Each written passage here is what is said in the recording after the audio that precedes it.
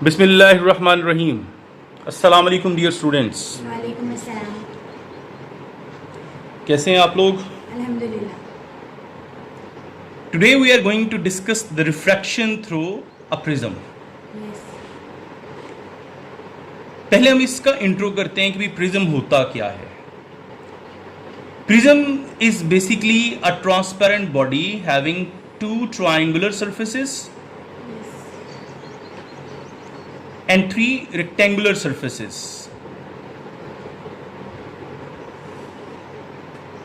यानी दो इसकी ट्रायंगल, एक यहाँ पे बन जाती है, एक बैक पे आ जाती है, एक फ्रंट पे आ गई ए वाली ट्रायंगल, दूसरी यूँ बैक पे चली गई बी वाली ट्रायंगल, और तीन इसकी जो है वो रेक्टेंगुलर सर्फेसिस होती हैं। एक आपको यहाँ से जो नज़र आ रही है ये वाली सारी, एक बिल्कुल इसी तरह दूसरी तरफ इंक्लाइंड हो रही होती है। ये क्या होती है, यहाँ से दूसरी तरफ इंक्लाइंड हो रही होती है, क्योंकि this one is a 3 dimensional figure. यानी ये 3D शेप का जो है ये इंस्ट्रूमेंट है। एक आपकी रेक्टेंगल यहाँ पे आ गई, दूसरी इसकी तरफ चली गई, तीसरी जिसके ऊपर ये टिका होता है नीचे जी। ओके इसलिए इसकी जो ट्रायंगुलर सर्फेसिस कितनी है? यस, एक फ्रंट पे एक बैक पे। बेसिकली इनको बेस कहा जाता है। और रेक्टेंगुलर सर्फेसिस कितनी इसकी? 3।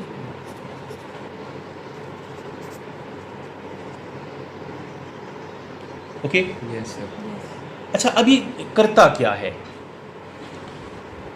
बेसिकली काफ़ी सारी किस्मों की प्रिज्म्स हैं, लेकिन जो हम डिस्कस करने जा रहे हैं, जिससे हम रिफ्रैक्शन, जो आपके टॉपिक में आपकी बुक से लिंक्ड है, उसे बोलते हैं डिस्पर्सिव प्रिज्म।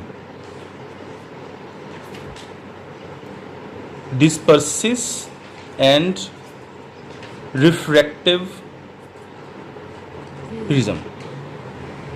मतलब क्या है इसका? डिस्पर्सिव निकला है डिस्पर्शन से। Dispersion mean breaking of white light into rainbow colors. In white light को 7 कलर्स, रेनबो में कितने होते हैं? 7 कलर्स, उनमें ब्रेक कर देना, उसे हम क्या बोलते हैं? Dispersion.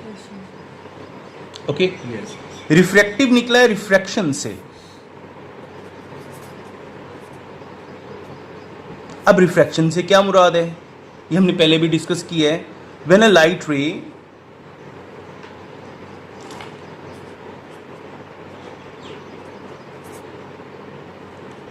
enters in another medium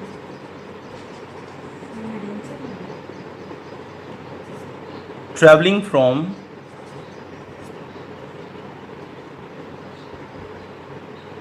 a transparent medium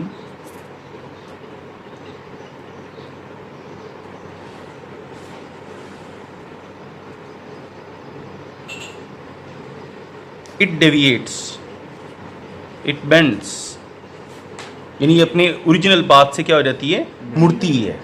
this bending is called is refraction. क्या बोलेंगे इसे? रिफ्रैक्शन। क्या लिखा मैंने कि व्हेन ए लाइट रे enters in another medium travelling from a transparent medium, यानी आपके पास एक ट्रांसपेरेंट मीडियम से ट्रैवल करते हुए लाइट रे एक मीडियम से दूसरे में दाखिल हो जाती है, तो अपने असली रास्ते से थोड़ा सा मुड़ती है। उसका यूं मुड़ जाना क्या कहलाएगा? रिफ्रैक्शन। ओके। यस। तो जो प्रिज्म है वो at the same time refraction भी कर रहा होता है, प्रिज्म डिस्पर्शन भी कर रहा होता है। तो आज का टॉपिक सिर्फ रिफ्रैक्शन से रिलेटेड है, तो हम रिफ्रैक्शन पे फोकस करते हैं। ओके बेटा।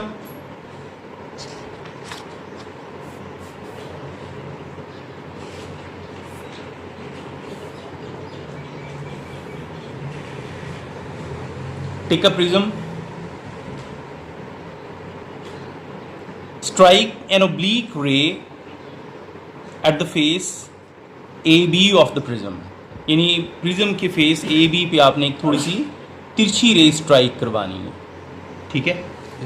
ज़रा चेक करें ये कहाँ से आ रही है, एयर से। यस एंटर किस में हो रही है, ग्लास में। यस एयर जो है वो ग्लास के मुकाबले में बहुत ज़्यादा लाइटर मीडियम है,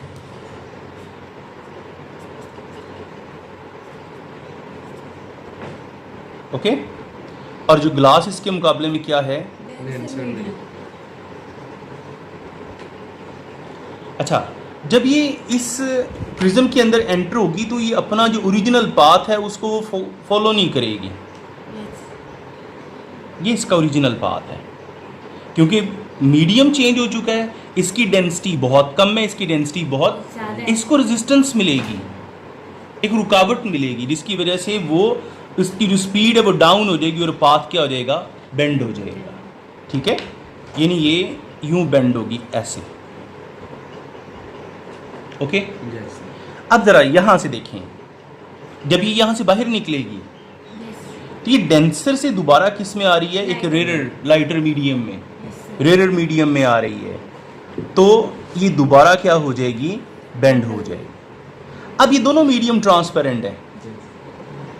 एयर भी ट्रांसपेरेंट। ट्रांसपेरेंट क्या होता है बताएंगे आप जी?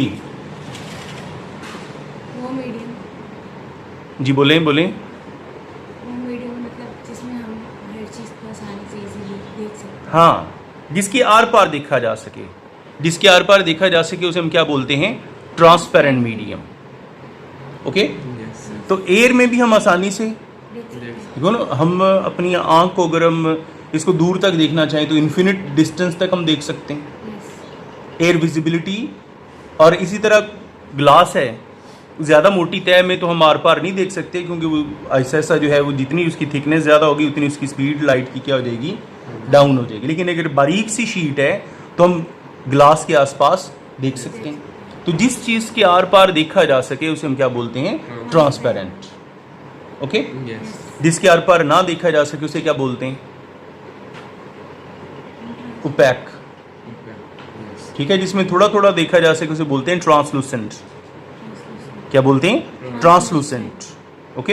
यानी आपके पास शीशे की प्लेट है, उसके ऊपर चिकनाई की तय लगा दें तो फिर आप क्लियरली आर पार देख, नहीं वो ट्रांसलूसेंट बन जाएगी, ओके। Yes.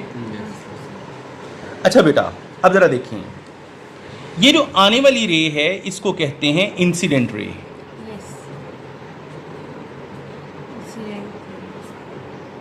ये जो मुड़ गई यहाँ से इसे बोलते हैं रिफ्रैक्टेड रे, ठीक है। और जो यहाँ से बाहर निकली इसे कहते हैं इमर्जेंट रे,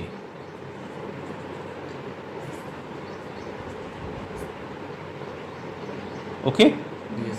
क्या बोलते हैं इसे, Emergent इमर्जेंट ray। रे। अच्छा, अब अगर हम फेस ए बी का जिस पॉइंट पे इंसिडेंट रे स्ट्राइक कर रही है, इसको अगर हम नाम देना चाहें तो हम नाम दे लेते हैं जी X. X is the point of incidence, X is the Point of incidence. Point of incidence, यानी ये वाला पॉइंट ऑफ इंसिडेंस हो जाएगा। Point of incidence. और यहां से ये बाहर निकल रही है, यस ये इसे कहते हैं पॉइंट ऑफ इमरजेंस। इसे हम नाम दे लेते हैं जी वाई का। क्या नाम दे लेते हैं, वाई का। वाई। क्या कहेंगे इसे, point of Point of emergence, Yes.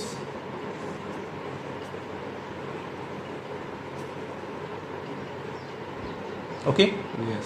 अगर हम पॉइंट ऑफ इंसिडेंस पे नॉर्मल ड्रॉ करें, क्या ड्रॉ करें, Normal. नॉर्मल नॉर्मल का मतलब होता है कि ये जो फेस आपके पास है ना ए बी, जिस पॉइंट पे आप नॉर्मल ड्रॉ करना चाह रहे हैं वो उस चीज़ ए उस फेस पे परपेंडिकुलर हो।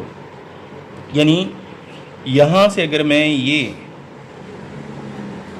एन प्राइम, एन और एन प्राइम ए बी पर कौन सा एंगल बना रहा है, 90 का, 90 का।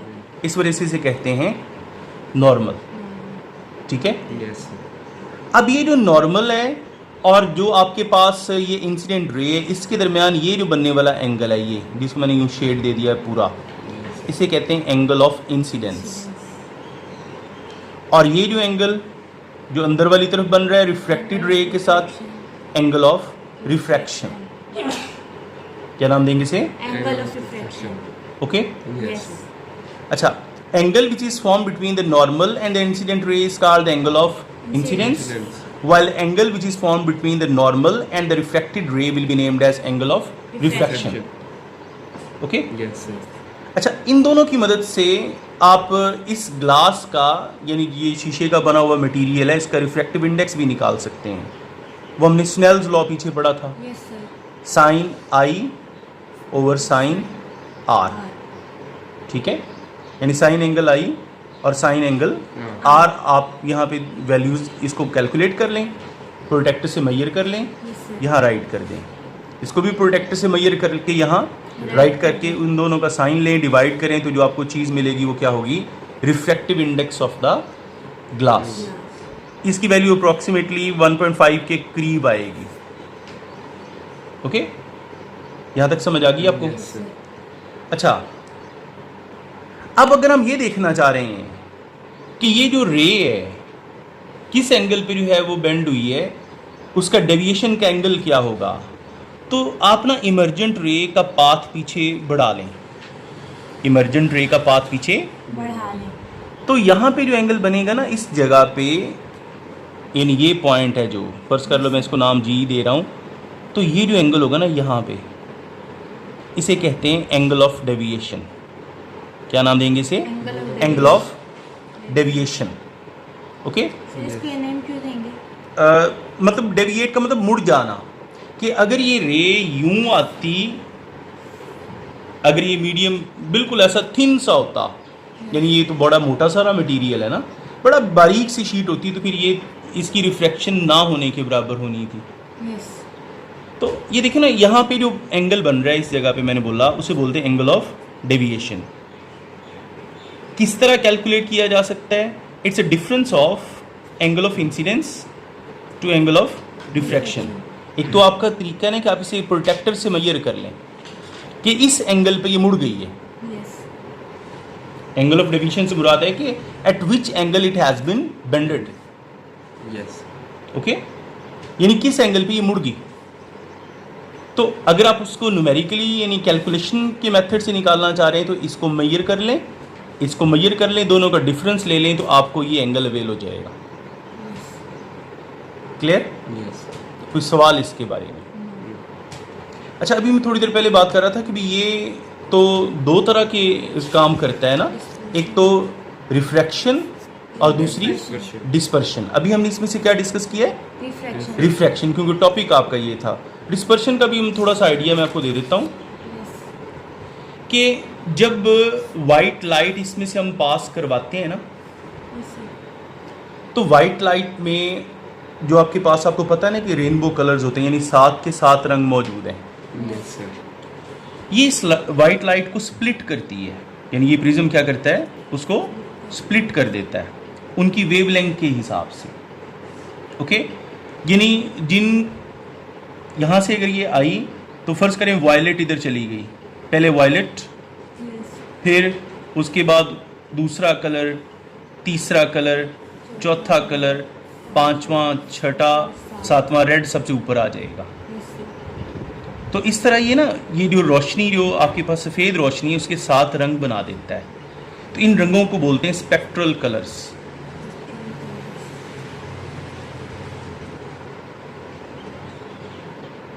Okay, Yes. और ये जो बैंड ऑफ कलर यहाँ बनता है,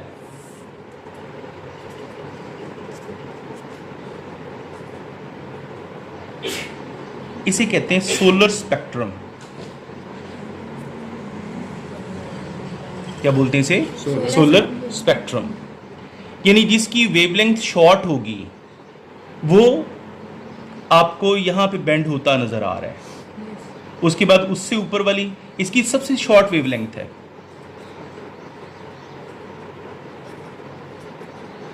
जिसकी वेवलेंथ सबसे ज़्यादा होगी वो आपको सबसे ऊपर नजर आएगा। Okay, Yes, sir. समझ आ गई इस चीज़ की? Yes sir. कोई और सवाल? नो। ओके जी, अल्लाह हाफिज़।